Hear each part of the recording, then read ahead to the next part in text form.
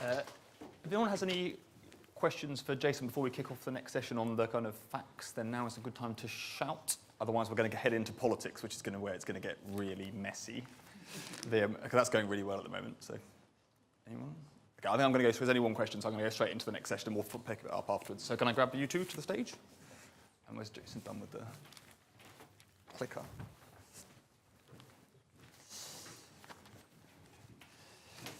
Grab all seats. So, we spent most of today talking about why pay growth is lower than in our youth, basically, yeah? In the kind of nostalgic sense. Here, what we want to do is move on from that and talk slightly more about, given what has happened to pay growth and what might happen to it in the future, as Jason highlighted in that last slide, if we are stuck with low productivity or lower productivity growth, and that's a primary determinant of wage growth, maybe slower. Wage growth is here for a while. What does that mean for our politics in both directions? What does it do to our politics, and what should our politics try and do to that pay growth? And then how does that all connect with this populism debate that you might have noticed going on? Now, to help us do that, as well as Jason, you get Kate Bell on my left back, who is head of economic policy at the TUC.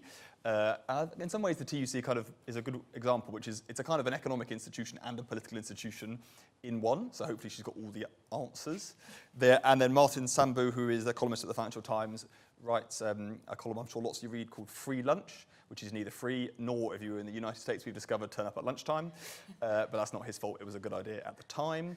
We were going to be joined by Stephanie Flanders, but there seems to be some complicated story involving the Crown Prince of Saudi Arabia that I don't quite understand. But anyway, something he's done. She's not that she's been murdered, like some people appear to have been in Turkey overnight. But anyway, she's doing something in Saudi Arabia. So we do not have her, but we have three. Now, to kick us off, and to kind of pose the question, how does pay matter for politics and political economy? I just want to show you a few headline slides. This is a bit of history. Now, in Britain, general elections don't kind of happen when pay is falling.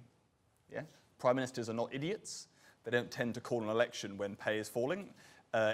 On average, in election years, pay is rising at 3%. Yeah? And in non-election years, on average, it rises at 1.9%. Now, either having an election causes a 50% productivity boost, or prime ministers are not idiots. I leave you to conclude which one is true. But luckily for us, there are 5 examples in the 20th century when elections were called when pay is falling. So in 1910, there were actually 2 elections. It's a Liberal government. They lose seats in both elections. Yeah? Then in 1922 and 23, it gets even messier. There's a Liberal-Tory coalition going on at the beginning of this phase. Both parties lose seats. I mean, there's complicated stuff going on anyway at this point. But anyway, both parties lose seats in the first election. In the second election, the Tories lose even more seats, and they accidentally end up with the first Labour government in history. If you're like on the excitable side, that's the election people are getting. Are reading into recent history. They probably don't like how it ended. But anyway, 1945, it turns out winning a war is not enough to protect you from the electorate not voting for falling pay. So Churchill gets kicked out. In comes Labour again. 2010, Gordon Brown is not allowed to delay the election any longer. I promise you I can remember every minute of it. And instead gets hammered, although not hammered as much as he kind of thought. And 2017, when a government absolutely chose to have an election but hadn't bothered to look at the real pay data, it came out in the middle of the election campaign, and so maybe we shouldn't have been quite so surprised that people didn't turn out in droves to vote for falling pay, which is what they had. Anyway, and as you know, the Conservatives lost their majority. So first thing to say, it's not a good idea to call an election during periods of falling pay. It has some kind of role in that. Now, to caveat that, this is showing you every local authority in Britain. On the y-axis, it's showing you how the percentage of them that voted to leave in the Brexit referendum. And on the x-axis, it's showing you how deep their pay squeeze was during the financial crisis. And what this is really showing is there's no relationship between short-term pay bad news and the Brexit referendum, which I'm using as a proxy for populism here because I haven't got loads of others. Yeah? There's no relationship at all.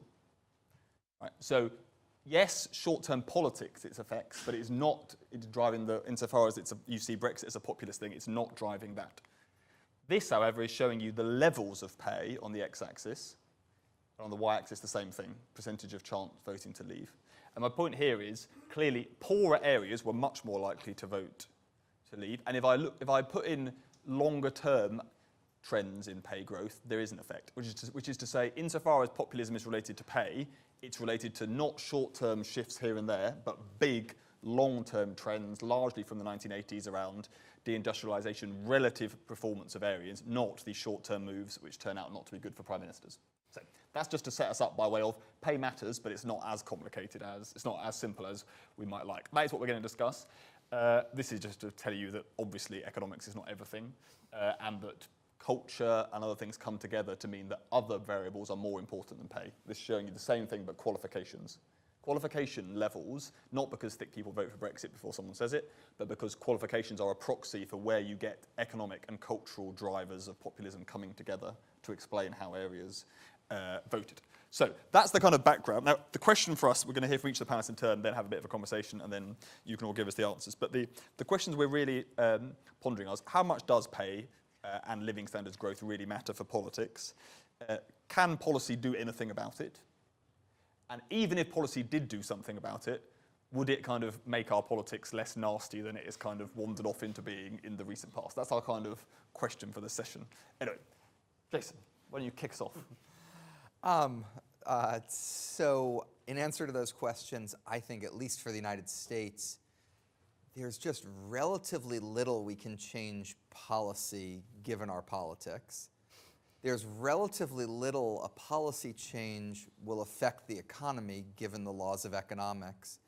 And then there's relatively little that relatively little will do to our politics given the laws of politics. So why don't I take each one of those in turn, and then we can all kill ourselves on that. And I want you to know we still think of the United Kingdom as a highly functional government. So we come here in sort of awe and impressed, which is maybe not the reaction everyone in the world has, but it is ours.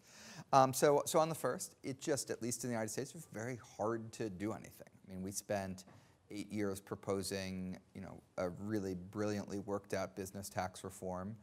That's actually something that did eventually happen, less brilliantly than we had imagined. Tried to reform the immigration system, couldn't do that. Tried to pass rules on unions, couldn't do that. Et cetera, et cetera, et cetera. President Trump's trying to do a lot of deregulation, and he's done some, but he's going to lose lawsuits. He's not going to get new laws. Wanted to rip up Dodd-Frank, probably legislated away 15% of it, but 85% is still there. So it's a system that's hard to change a lot. So that would be the first step. The second step is, how much does any of this matter? Let me give you two examples. The Trans-Pacific Partnership was a massive trade agreement that we did. It was expected to raise the level of output by 0.4% after a decade, so raise the growth rate by less than half of 1/10. Almost every other policy we can quantify has similar magnitudes to that. Then on the other side, we wanted to do a lot to increase pay, pre-tax pay, and the biggest policy that the advocates were most enthusiastic about our doing was tightening up the overtime rules. And they thought that was like a really great idea. We liked it too. We went ahead with it. And they quantified it, and we quantified it, and we all came up with similar numbers. It's going to raise pay by $2 billion a year out of $10 trillion, so 0.02%, and that was a level effect, and I'd actually argue that was probably an overstatement of the effect of the policy.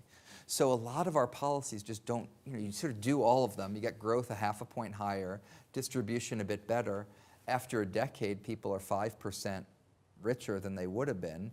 How much do I think that's going to change politics? Not necessarily a lot. We'll conclude by saying that what might change politics is looking like you're doing it and finding the right measures to sort of, but that may or may not be correlated with what actually does good, so sort of looking like you're fighting with people. But that then creates the problem of you sort of get there by over-promising, under-delivering, no one can solve the problem, and you end up, having these alternations between two political parties that sort of start out okay, become dismally unpopular, and then you get the next. Maybe that wasn't a cheery note to end on. No, that's pretty grim. You're not going to get invited back to the parties, are you? I mean, fine, right, Kate, you're going to have to be perky than that, otherwise Okay. I can see the will to leave is literally leaving the exit door.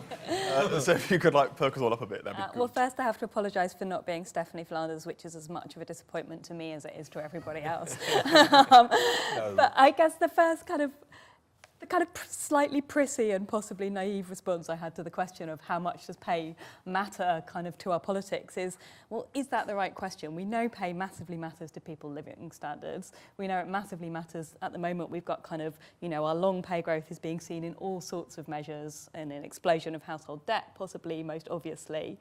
We know if you ask people, if we kind of went and had this conversation in the street, does your level of pay matter to you? Most people are going to say yes. And I kind of think we should almost just take it for a given that this is something our politics should care about. So that doesn't answer the question of, well, then what can we do about it? But I think it's a kind of, it matters, it should be a central question of politics, and I think it's hard to kind of get away from that, however much kind of we see it as an explanatory factor in some of our electoral outcomes.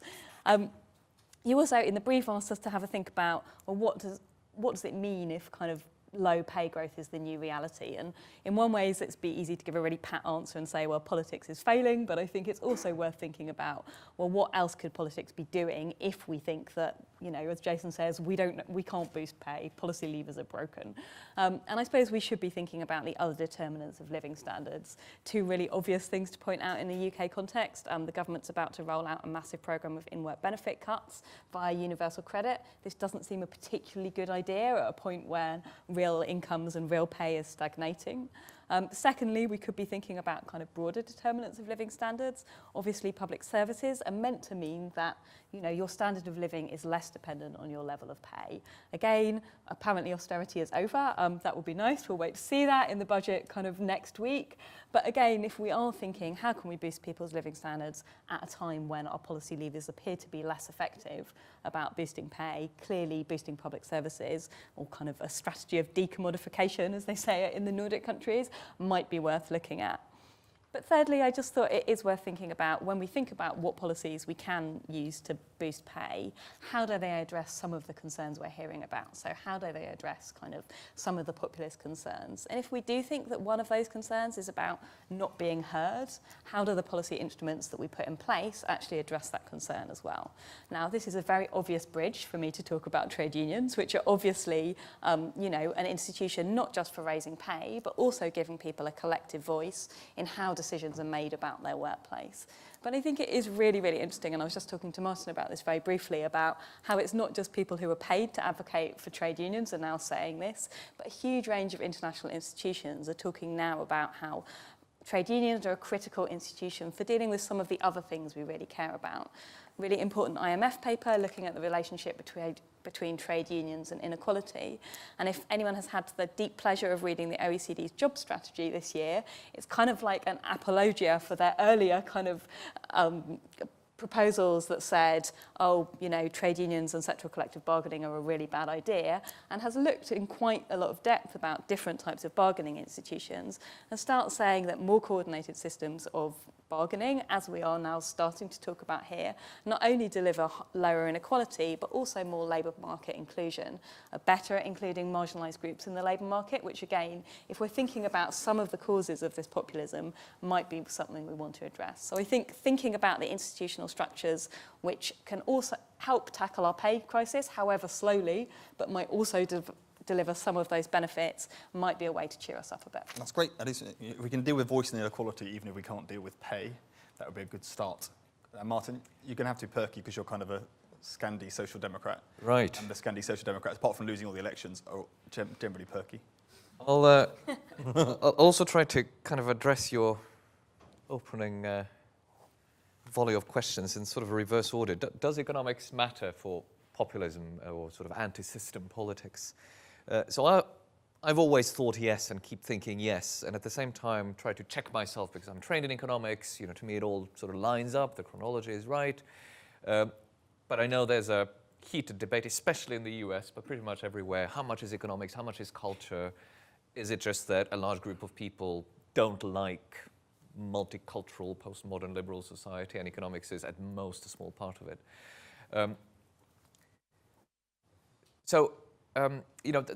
I tried to address the counterexample. So to me, the most difficult case has always been Sweden, right? So Sweden, social democracy, kind of the ideal for progressives for so long, and they have the Sweden Democrats, sort of one of the nastiest right-wing, populist, anti-system forces in Europe.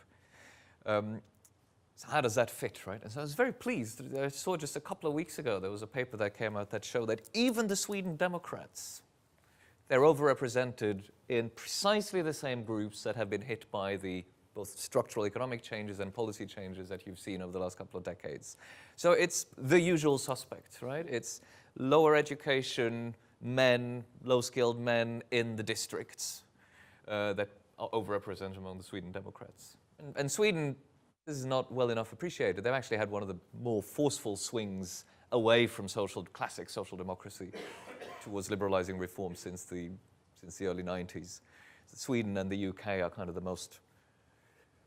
they have the most extreme swings of the pendulum, I find, if you look in a sort of century-long perspective. So this is just a little anecdote to say that I was pleased to see one counter-argument falling, in my view. The broader point here is that economics matters, but voters have memories. So just to pick up on Torsten's slide, we may not see correlations in short-term economic changes, but we need to think of this in a 30, 40-year perspective. So everything that we see, I think, is still the playing out of the end of industrial society as we knew it. Right? So sort of mid-70s. Every industrialized country, you see the peak in industrial employment, factory employment, not in industry production. So every industrialized country produces as much stuff as they've ever done. It's just you need fewer and fewer people to do it. Huge structural change, started in the late 70s, has just kept going on. And a lot of the problems we face today are just the final, or for now, final manifestation of the stresses that caused. And I think you can look at different countries and look at the ones that manage that transition better are the ones that have smaller problems with anti-system politics today. And I think you said that if you did your chart for over a couple of decades, you would see a correlation. So it may not be that the financial crisis is the right place to look. It might just have kind of hammered home an effect that was already in the works. And even though it's true that inequality hasn't changed so much and in some countries improved over the last 10, 20 years, the fact that it increased strongly in the 80s, early 90s in most countries, that has an ongoing effect, right? A constant level of high inequality changes politics and the effect of short-term swings compared to the previous situation. So if you live in a high inequality society and you're at the bottom of that high inequality, the sort of wage or pay, a real pay cut that you see in the financial crisis may be much worse for you, may react politically to it much worse, even if those on the top had bigger cuts than you would if the starting level of inequality was small. Because it just feels like it hits you more. So that's all about why the economics matters. How do you actually how do you make it politically possible to change any of this? So I think I'm less patient than Jason with sort of the political constraints on what you can do, and that's, I'm sure, because he's been in politics and I haven't, so I don't actually deal with it. But I think it really matters a lot what people call it the Overton window, the sort of intellectual consensus about what is possible, what is realistic, what will have an effect. So just to make this very concrete, and Kent mentioned it already, think about the minimum wage debate. So it seems to me that over the last decade maybe, there's been a huge shift in where the point of gravity of expert opinion is on what lifting the minimum wage will do to your economy. From a point where it was pretty much taken as given that you could do a little bit and it might help the poorest, but you'd very soon run into throwing them out of work and that would do them a disfavor. To a point where maybe not quite the center of gravity, but certainly a sizable, respectable minority of expert opinion thinks that actually you can push minimum wages much higher than they are today. It would not affect employment, and it may even increase productivity. So, I mean, to me, we're sort of on the cusp of a quiet intellectual revolution in that particular field. And the experiments are, of course, happening at state level in the US, even sort of at corporate level, if you think about the Amazon decision to have a starting salary of $15 an hour, and with a national living wage here. So that's just one example of how, if suddenly it becomes kosher to say you can do something very progressive and it will be good for economic efficiency and productivity, I think it becomes a lot easier for politicians to stand up and say this will be our program, because it still matters, I think, to politicians, even though we've had enough of experts, to be laughed out of the room by people who know what they're talking about. So that's one example, and I don't think it's the only one. Just very quickly, another case is this issue of slack. How much can actual demand policy, macroeconomic management do to bring more people into work without overheating the economy?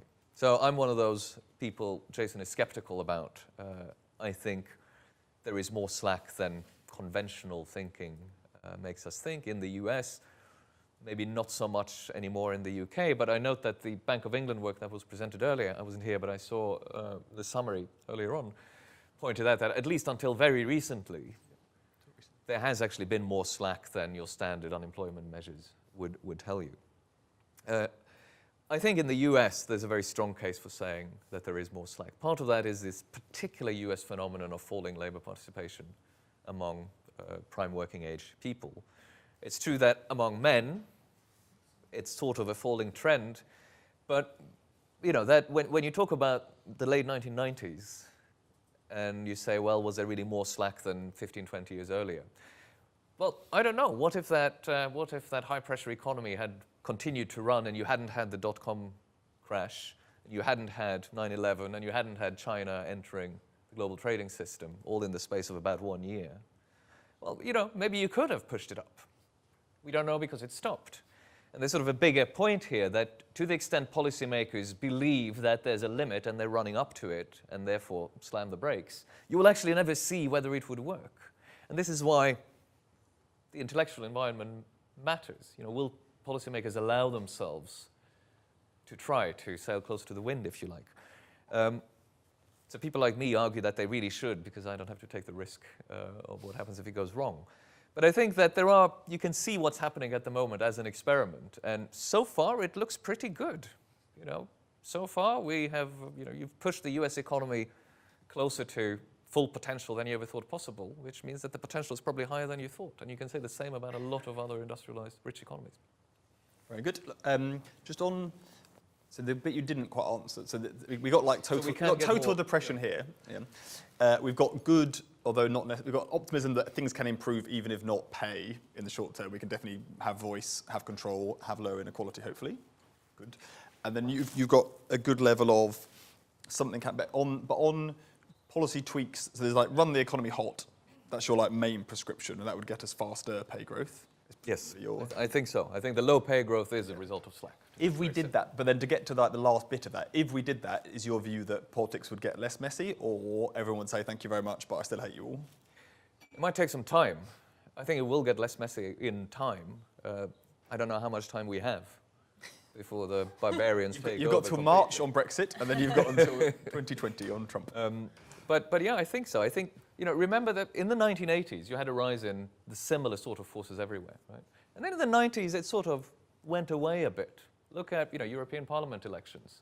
People freaked out in 2014, but actually the anti-system share only went up to where it was in the late 80s. And you can you can do national narratives, maybe not so much in the US, but in European countries. They were very nasty. That's when all these forces emerged, right? The Front National and a lot of the other ones. And then they kind of weakened. And then they came back in the 2000s and now. So we already have a case of where a good economic decade actually did a lot of good political work for us. So I think it can happen again. Can I just respond to Martin on a few things? I mean, one is we're not necessarily disagreeing on a lot. I'd still do everything we possibly can to raise wages, to get people into work. If each one of those things is small, that should actually increase our motivation to do as many of them as possible. So I wasn't trying to be thoroughly defeatist. I just don't make a political argument for it. I think, pay will be a little bit higher, employment will be a little bit higher. That's a good thing if it's measured in the billions or tens of billions or hundreds of billions. Every one of those is money I wouldn't leave on the table. On minimum wage, I agree with you. I don't think that there is a second example, let's come to Slack in a second, that is quantitatively even close to that. And the minimum wage can't help workers sort of in the middle, 40th, 50th, 60th, 70th percentile. So I think it's a great thing to do, but I just don't have an example for the person making, $50,000, $60,000, $70,000 a year who's seen their pay slip that would do anything like that. In terms of Slack, I sort of agree. I 3/4 agree with you. I think the Fed 3/4 agrees with you. I think that's why you see monetary policy is still in a very accommodative stance or reasonably accommodative stance, even where we are. But it is the case that in the last couple of years, inflation for prices has risen just as much as inflation for wages. So we've gotten the employment gains, which I think are just an unqualified good. It's not obvious that it leads to a bigger pickup in wage growth than it does in price growth, and thus to increases in real wages for a variety of reasons. So I'm less sure that's an answer to this question. Just to try and lure you into some positivity, is there, this is luring, so leaving it on Kate's point about policies that would help give people a sense of, your like flippant version was pretend you really care about this stuff and talk about it a lot, but more substantively, are there things that matter for voice, control, sense of identity, and other things that would make a big difference on policy? Look, I think there's I'll not take the bait. I think there's things like, we did the Affordable Care Act. That was a massive expansion of health coverage. 20 million people got health insurance. You looked at the after-tax incomes of the bottom 20%, they went up 20% as a result of the legislation, taking into account the value of health benefits. I think that made the world a better place. I think it made our politics worse, because then there was somebody that was jealous that somebody else was getting something that they weren't. So sometimes those two things aren't lined up. I do think things like scheduling, there's a set of things like that definitely affect people's ideas and dignity at work. I'm puzzled that people aren't willing to trade salary for that. And so they seem to care about that, but it's not like their employer can offer them, hey, I have great scheduling on this job, I just pay, 50 cents less an hour, take my job instead of that job. So I think things like that could matter, and working conditions, et cetera, but I wonder sometimes. Right, look, we've got 50 minutes for questions. If you can self-identify as an optimist or a nihilist beforehand, that'll help us just speed it along. So let's have some hands in the air. Okay, there's a gentleman here. Anyone on this side? I've got 2 mics. I don't want them to have to cross to the other half of the floor. Go ahead, sir. Thank you. Michael Mealing from the Federation of Small Business.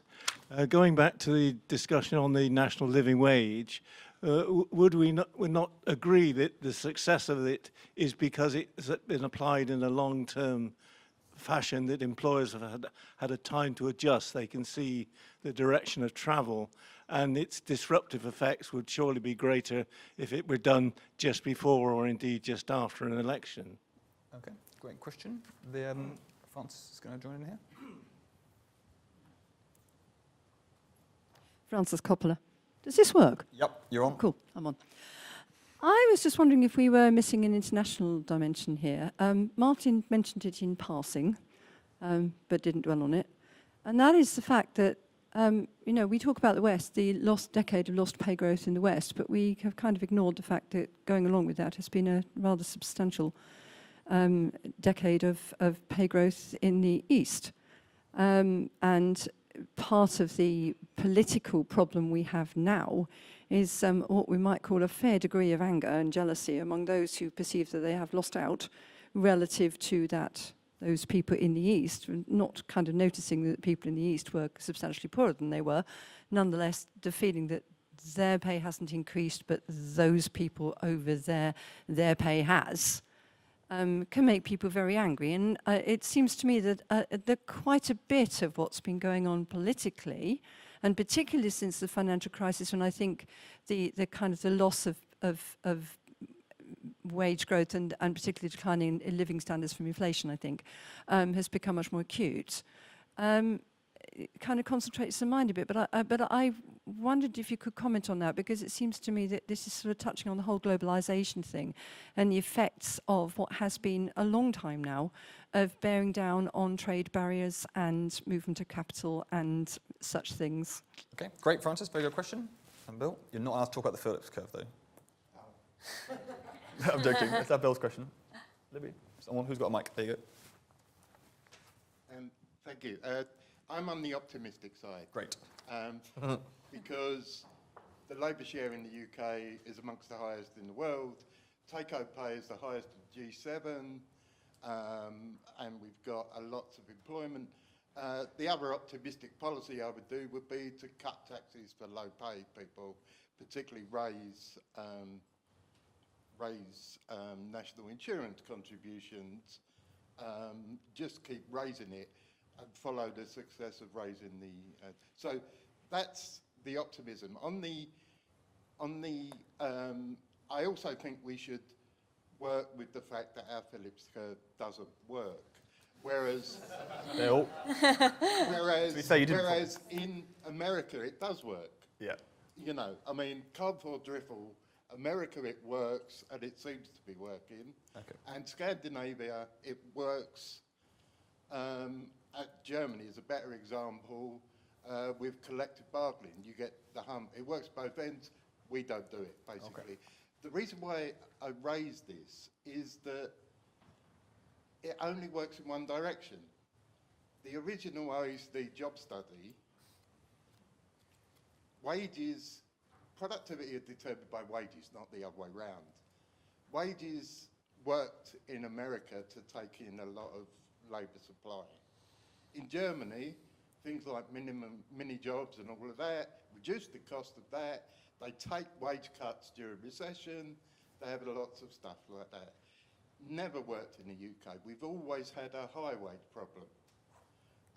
And most of it is because we have meetings like this where we're trying to talk wages up at the expense of employment, you know. That's an interesting take on optimism. It is definitely optimistic, and the conclusion of it is we've already got everything. It's such boom type. Right, let's do these in turn. I think Francis has given us a great way into this, which is, are people in the broadly defined West pissed off because they can see everybody having boom time in China, in brackets, from a much, much, much lower starting point? Or are they pissed off because of rich people in the West? Kate? I don't really know the answer to that question, but I think it's more likely that the point that Martin made about the long-term impact of inequality in the UK and relativities there are affecting people's sense of whether their interests are listened to or not. And I think there is something about, maybe it's relating back to kind of Jason's thing about talk about this stuff a lot, but I think there is a kind of persistent feeling, and it relates again back to the point Martin made about kind of deindustrialisation being done in a way which didn't take the interests of people in now predominantly low-income communities into account. That politics has been set up to serve the interests of rich people, and I don't think that is people in China getting richer. I think that means people in the UK who already had a lot. And although, you know, we've seen lots of charts which I believe about the kind of flattening impact of wage growth on inequality over the last 5 years, the long-term trend is what people remember, and I don't think we've seen a kind of reversion to something which would say, okay, actually now, you know, we have a determined effort. You've seen some attempt, actually. I think it's really interesting to listen to Theresa May on this. Not what you expect me to say, to attempt to do that rhetoric, but no follow-through on it. You know, nothing which would actually convince people, okay, we've noticed, now your interests are coming first. That's definitely true. Martin, on relative anger? There's no doubt that there's a very strong political perception that what's good for China, to simplify, has been bad for Western workers. I think that... Do you think that's true here, or in the US I get that? Is that really true here? I've literally never had anyone in any focus group ever mention China to me, and any lower middle income. They've literally never, I mean, I've never mentioned it. Trade, they mention migration obviously all the time, but trade, China, they've never... Well, maybe Eastern Europe has the same... It might mention Eastern Europe. Has the same function here, right? But not the West, not the old West. And of course, there has been a huge change in how the global economy is organized. Globalization is very real.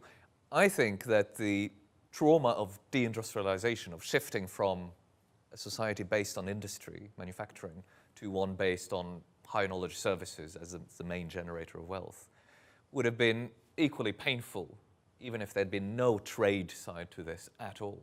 Of course, it partly happened because technological change and transport change allowed a reorganization of supply chains. But if it hadn't happened that way, it would have happened through automation and not very much more slowly, I don't think. We'd kind of got to the point where we can now produce all the stuff that's needed, physical stuff, I mean, with ever fewer people. And again, I underline this because a lot of people aren't aware of it. Every rich country produces as much stuff, volume of physical things, as it ever has. It's been kind of flat in this millennium. In the US, it's gone up. So it's not as if industry left, right? It was that industry left workers behind, didn't need workers anymore.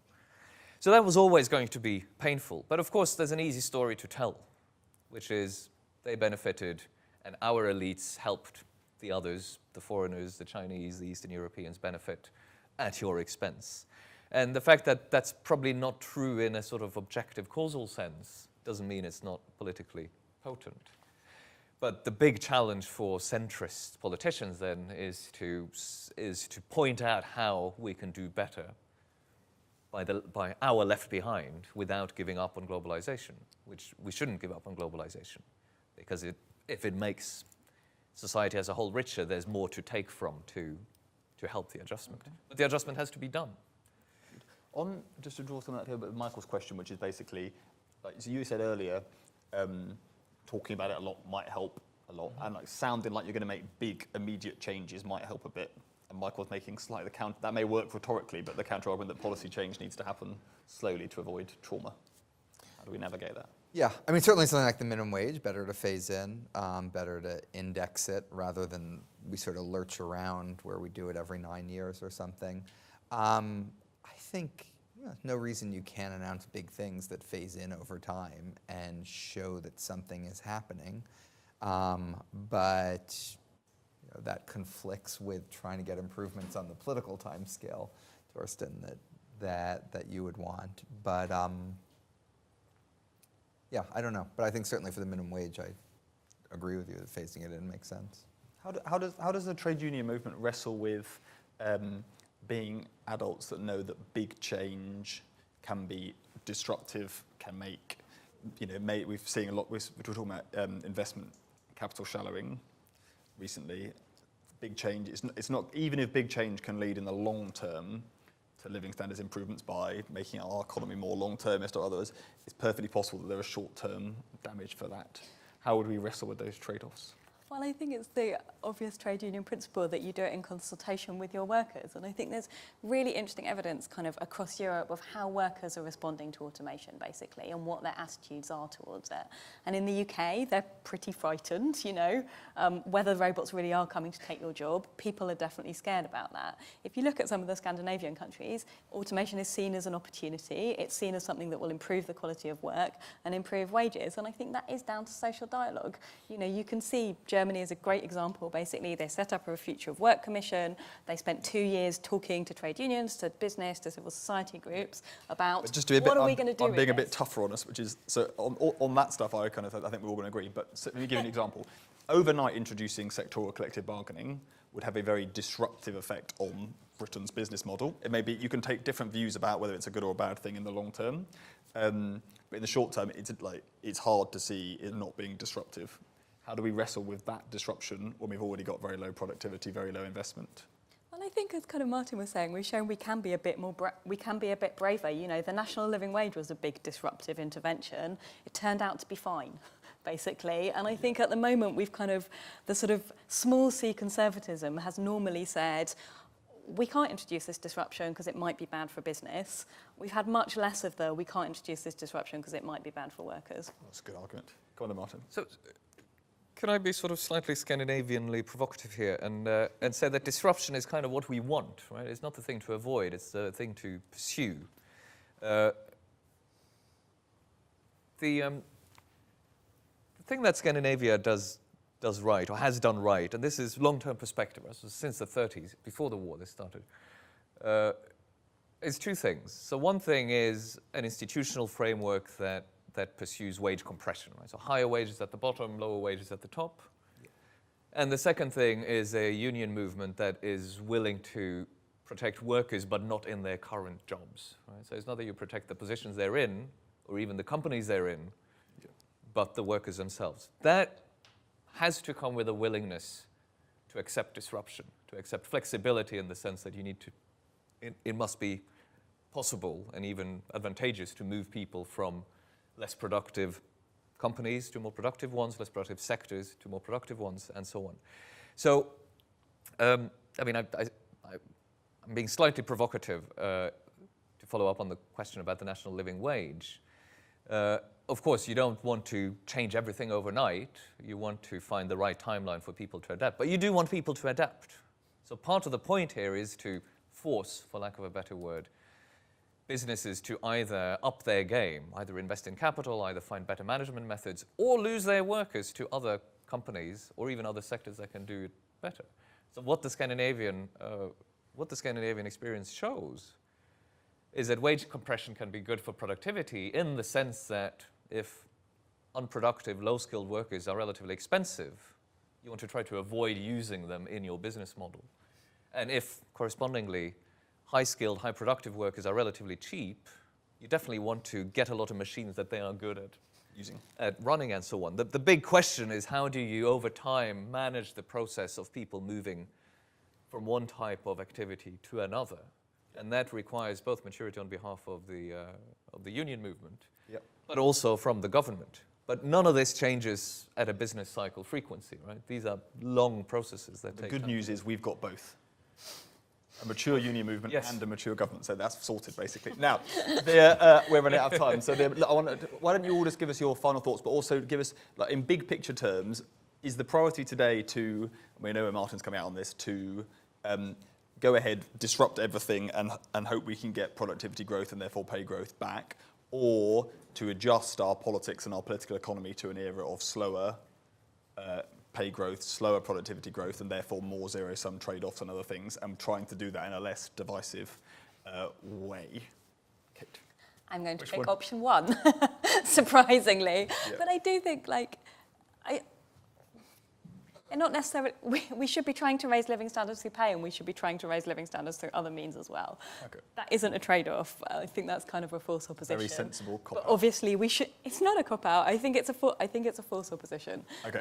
We should be trying to raise productivity. We absolutely can. We should be looking at other ways we can raise living standards. So to be a bit cliched about it, we need to embrace change, right? Change and disruption is good for productivity and it's good for pay. Oh my God, Tony Blair is on the stage and he's just started talking. You'll get higher pay if you manage the change right. But that means, the disruption needs to happen in the business sector, but you need all the things around it to make it work. So you need high demand so the slack problem comes back. You need to push demand up so that the new jobs appear. And you, of course, need to equip people to be able to take advantage of it. So you can't leave a quarter of your population unskilled, uneducated, unequipped to live with the change. You're a proper Scandinavian, Martin. I'm for all of the above, and think we probably need to do all of the above, and all of the above may not be enough, as I said before, but I really wouldn't lose sight of productivity, because I think that maybe the slack could help us now, maybe it can't help us now over a 10, 20-year horizon without getting productivity growth up. There's a limit to how much of a margin you have to push on wages. So I think that's really central. I think that, at least in the United States, employment is really important above and beyond wages, how much that's fallen, the dysfunctions that causes in our society, the social exclusion, and the like. And I think that's an example of where, to bring it back to the OECD job strategy, they talked before about two models. You could either have everything be really free, like in the United States, or you could have Scandinavian, where sort of everything was negotiated. I think the everything free model just hasn't worked out that well. It hasn't generated levels of employment, even though it's easy to hire and fire, or low levels of unionization, low minimum wage, that are, you're sort of supposed to get employment for that, and we didn't. So I think focusing on what you need to do actively to make labor markets function, how you need to change institutions so that everyone has a stake in that, and jobs is, especially in the United States, really important. Great. Look, can we thank our panel?